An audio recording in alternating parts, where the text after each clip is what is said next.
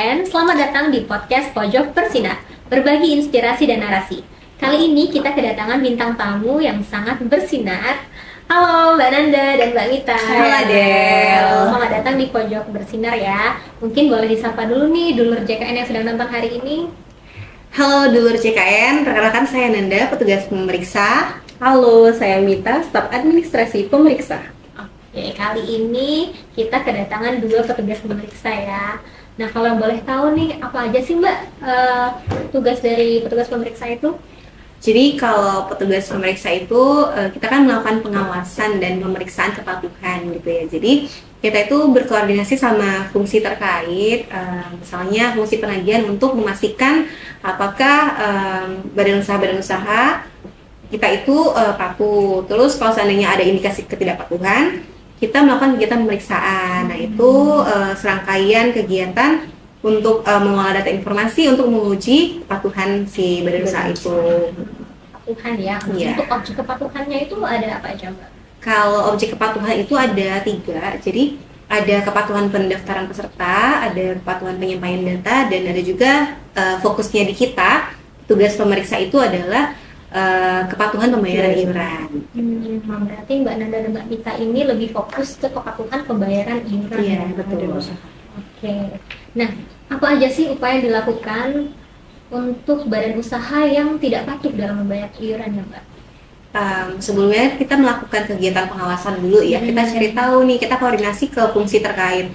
Kira-kira ada nggak sih badan usaha yang indikasi tidak patuh atau ada pelaporan nih badan usaha dari pekerja yang kartunya nggak aktif, ternyata si BU-nya nggak bayar.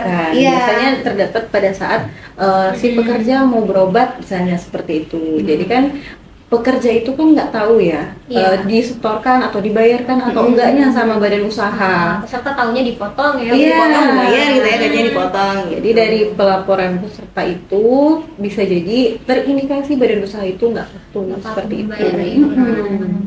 Nah, tadi kan disampaikan ada pengawasan dan pemeriksaan ya.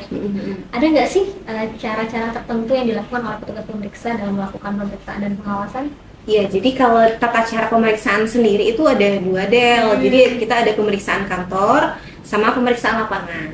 Kalau kantor kita panggil nih badan usahanya ke kantor untuk dilakukan pemeriksaan kepatuhan. Nah, tapi kalau seandainya pemeriksaan lapangan, kita memberitahukan ke badan usaha itu kita akan melakukan proses pemeriksaan lapangan nih ke kantor badan usaha itu. Infoin dulu ke badan usahanya. Jadi kita bersurat menginformasikan ke badan usaha itu bahwa di tanggal sekian kita akan melakukan kunjungan untuk melakukan pemeriksaan terhadap badan usaha itu. Jadi kan badan usahanya udah terinfo seperti itu. Udah terinfo ya, jadi nggak mendadak gitu. Iya, takutnya kan entah ada yang badan usahanya PIC-nya yang bisa kita ambil keterangan itu nggak di tempat, khawatirnya seperti itu. Jadi biar nggak sia-sia. Berarti sering ya kunjungan ke lapangan gitu ke badan usaha. Wih, sering. Ada nggak sih kayak apa ya pengalaman menarik gitu selama kunjungan ke lapangan? Wih, pasti ada ya. Banyak ya pasti pengalamannya. Boleh di spill dong apa? Jadi mungkin dari Mita dulu nih, yang dia kayaknya ada satu badan usaha yang nggak bisa dilupain gitu. Jadi waktu itu kita ke suatu daerah, karena kan wilayah kerja KC Palembang ini kan nggak cuma di kota Palembang. Jadi ada beberapa, kita ada 4 kabupaten. Jadi kita ke salah satu kabupaten itu. Menurut informasi yang kita dapat sebelum ke lapangan, untuk menuju ke lokasi badan usaha itu bisa diakses. Namun jalannya memang nggak semulus jalanan kota, gitu ya. Jadi kita memutuskan karena kita kan ada fasilitas dari kantor, jadi kita udah pilih kendaraan yang kira-kira bisa melalui trek jalan itu. Dan naasnya malam sebelum kita berangkat tuh ternyata hujan. Hujannya di sana, di Palembang nggak hujan ya? Jadi di Palembang tuh nggak hujan. Jadi kita nggak expect kalau bakal susah perjalanan di sana. Sampailah mungkin ada 2 atau 3 desa lagi untuk capai ke lokasi itu, untuk sampai ke lokasi itu. Dan ternyata kita udah coba, kan kita nggak tahu kedalaman dari lubang itu sedalam apa. Nah, dites kan sama driver handle KC Palembang. Iya. Ternyata itu hampir sebetis, setinggi itu. Hampir sebetis. Itu banjir ya? Genangan air ya, Genangan air. Karena lubang tadi ya? Iya. Ternyata kan udah sebetis itu, cobalah kan, udah dicoba buat terabas. Ternyata daripada kita nggak bisa pulang, memutuskan untuk mundur. Stop dulu nih, gimana nih cara? Ya, jadi kita tuh mikir, aduh gimana nih ya, kita udah jauh-jauh itu 3 jam dari kantor cabang ya, 3 jam dari kota. Nggak mau sia-sia. Iya, masa sih kita buang sia-sia? Akhirnya kita telepon lah nih, coba menghubungi badan usahanya ataupun direktur badan usaha itu. Berhubung direkturnya itu kan lagi di luar kota ya, ada acara, ada kegiatan lah. Jadi kita diminta untuk coba koordinasi sama PIC-nya. Alhamdulillah setelah negosiasi akhirnya diputuskan, karena kan kalau mau katanya bisa dijemput aja, karena di sana nggak ada kendaraan umum, ojek nggak ada, jadi kan kalau mau kalau mau ke sana kita mau ke lokasi itu jalan kaki mungkin katanya hampir 1 jam. Jadi nggak memungkinkan. Iya mungkin deh.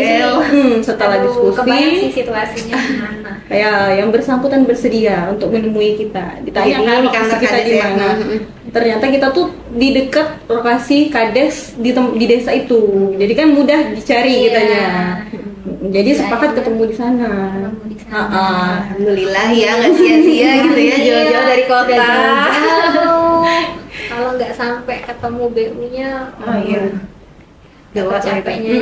Dan di situ juga alhamdulillah si PIC badan usaha itu walaupun dia belum bisa memutuskan saat itu, kita minta dia langsung menghubungi direkturnya. Dan direkturnya bilang itu murni bukan karena nggak mau bayar, lupa karena banyak bisnis. Oh iya, saking banyaknya bisnisnya jadi kelupaan ya. Ternyata ada satu PA itu yang belum dibayarkan, kelewat. Iya, jadi kan memang perlu ya kita terima itu dulu. Juga. Iya, karena belum tentu mereka tidak mau bayar. Bisa jadi lupa gitu ya, saking banyaknya bisnis tadi ya. Oke. Selain itu ada nggak sih fokus lain dari petugas pemeriksa selain yang sudah disebutkan tadi? Iya, kalau sekarang ini Del, kita tuh selain ke BU, kita juga ada ke fokus kita itu ke penerimaan tunggakan dari PBPU alih segmen. Ya, apa sih PBPU alih segmen itu? Dulu JKN tahu nih. Jadi PBPU alih segmen itu adalah peserta PBPU atau peserta mandiri ya kita kenalnya. Yang sekarang udah beralih segmen nih, bisa jadi ke badan usaha, bisa jadi ke PNS atau P3K segmen lainnya. Di apa namanya, selain mandiri lah ya. Nah, di situ ketika dia dialihkan, lupa nih melakukan pembayaran di tunggakan semasa mandirinya gitu. Jadi memang karena statusnya udah aktif. Jadi kan atau ada juga yang berasumsi apa itu lunas ya atau terhapuskan gitu ya, pikiran terhapuskan karena saat ini statusnya udah aktif, karena udah bisa menikmati fasilitas kesehatan dari jaminan. Padahal mereka masih punya kewajiban ya. Iya, harus tetap mereka bayarkan. Jadi memang kalau sesuai dengan Perpres 82 2018 di pasal 20 itu memang dijelaskan. Jadi apabila PBPU atau mandiri itu beralih segmen, itu tidak akan menghapus Del, jadi piutangnya itu tetap akan menjadi catatan individunya. Nah, seharusnya mereka itu di 6 bulan sejak teralihkan di segmen baru harus melakukan pembayaran. Namun tadi mungkin karena dipikir udah aktif, jadi belum terinformasi bahwa memang itu tuh adalah kewajiban nih, harus dibayarkan ke negara. Tetap harus dibayar ya. Harus, iya. Kalau untuk pembayarannya sendiri gimana Kak? Cara pembayaran? Untuk pembayarannya itu sendiri bisa dilakukan langsung apabila tunggakannya kecil nominalnya dan si peserta atau pekerja itu merasa mampu untuk langsung membayarkan secara lunas, itu bisa dibayarkan secara lunas sekaligus. Namun apabila nominalnya lumayan besar atau pekerja itu berasa cukup berat untuk melakukan pembayaran yang sekaligus, kita ada program namanya Rehab, rencana pembayaran bertahap. Jadi nggak mesti sekaligus, dia bisa mencicil bisa 2 atau 3 kali. Namun itu pengajuan melalui bisa lewat mobile JKN itu untuk minimal tunggakannya 4 bulan. Jadi kalau tunggakan di bawah itu ya udah bayar lunas aja. Dan atau kalau seandainya nih dia terdaftar di badan usaha, terus pemilik atau direkturnya punya program CSR nih dan sayang nih sama kerjanya kan, udah deh bayarin aja pakai dana CSR kan, alhamdulillah gitu kan ya, penerimaan negara kita gitu ya. Berarti nggak harus pesertanya ya? Iya. Bisa juga dibayarkan oleh badan usaha, dan bisa juga kalau merasa belum mampu dan tunggakannya udah di atas 4 bulan bisa juga diikutkan program rehab ya. Bisa. Sebenarnya BPJS Kesehatan udah sangat memfasilitasi, memberikan opsi solusi, gitu ya, solusi untuk peserta-peserta. Mudah, cepat dan setara. Gitu. Mungkin terakhir ada pesan nggak sih untuk peserta kita mungkin yang menunggak atau untuk badan usaha di luar sana, mungkin banyak ya dari peserta dan badan usaha yang belum terinfo gitu. Iya. JKN. Jadi sebenarnya dari kantor cabang kita sendiri, Del, kita beberapa bulan ke belakang itu ada upaya gitu ya, strategi. Jadi kan badan usaha itu adalah mitra kita. Iya. Jadi kita ada pembinaan ke badan usaha, sosialisasi gitu, minta bantuan. Di sosialisasi terkait dengan pekerja-pekerja mereka yang masih ada tunggakan di early segmen. Jadi selain informasi dari kita gitu ya, dari Direct Collecting, dari WA Blast, nah yang itu nanti PIC perusahaan atau direkturnya bisa memberikan informasi gitu kan. Jadi itu salah satu bentuk dukungan juga gitu ya dari mitra kita, badan usaha kita untuk menyampaikan bahwa memang pekerja-pekerja mereka itu ada tunggakan dan harus dilunasin. Dan untuk melunasinya pun nggak susah ya, bisa rehab ya, gitu. Seperti yang udah dijelaskan tadi ya. Jadi nanti buat peserta-peserta yang sekarang udah bekerja, terus sebelumnya adalah peserta mandiri, bisa dicek tuh di mobile JKN-nya, di info iuran ya, kira-kira ada tunggakan atau enggak. Kalau seandainya ada dan nominalnya kecil gitu ya, bisa dilunasi secara sekaligus.